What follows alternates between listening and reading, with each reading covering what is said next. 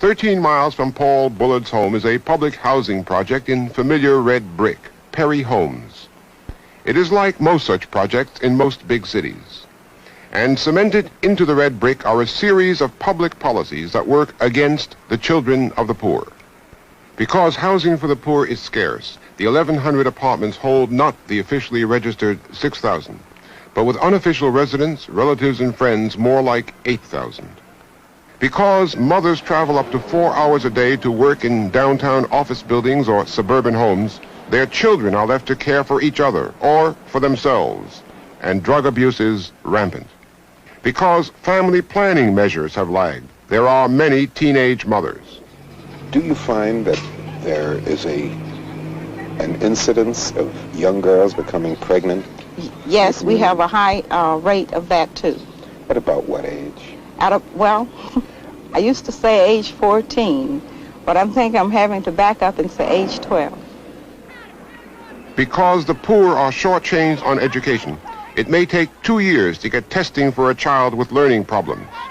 And the Perry Homes schools have reading levels among the lowest in the city. Because Perry Homes was planned on a minimum budget, there are few places for children to play.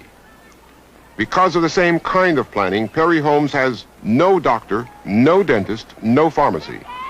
Nearby there is a well baby clinic, but no sick baby clinic. And the sick must travel 12 miles to wait for attention at Grady Memorial Hospital.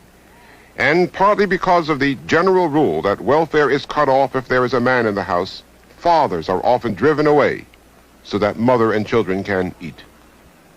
85% of the head of household is a woman, because most of the men who should be in the household, they cannot make a decent living.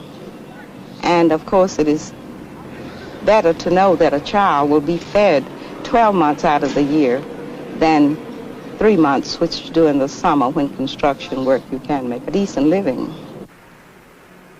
The man in the house rule was written to prevent welfare cheating, to make sure that aid to families with dependent children would go only to families headed by mothers.